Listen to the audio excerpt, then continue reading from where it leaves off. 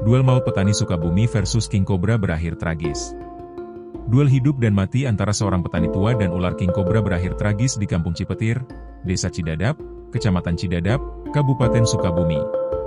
Warga setempat, Ocang, 70, ditemukan tewas pada Senin, 6 Oktober 2025, pagi setelah berupaya mempertahankan diri dari serangan ular King Cobra sepanjang 4 meter di dalam rumahnya.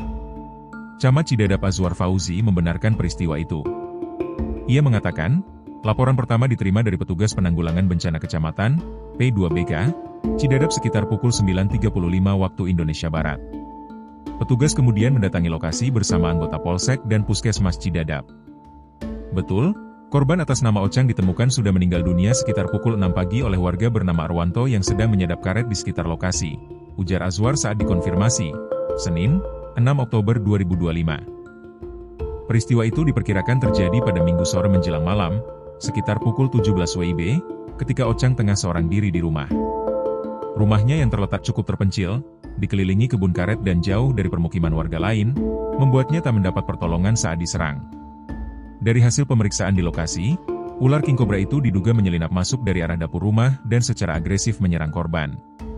Serangan cepat ular mematuk kaki kanan Ocang. Namun warga lanjut usia itu tidak menyerah begitu saja.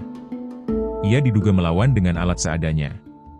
Dari jejak di lokasi kejadian, diduga kuat korban berupaya melawan ular tersebut menggunakan sebilah parang dan sebuah tongkat kayu, kata Azwar mengutip laporan P2BK.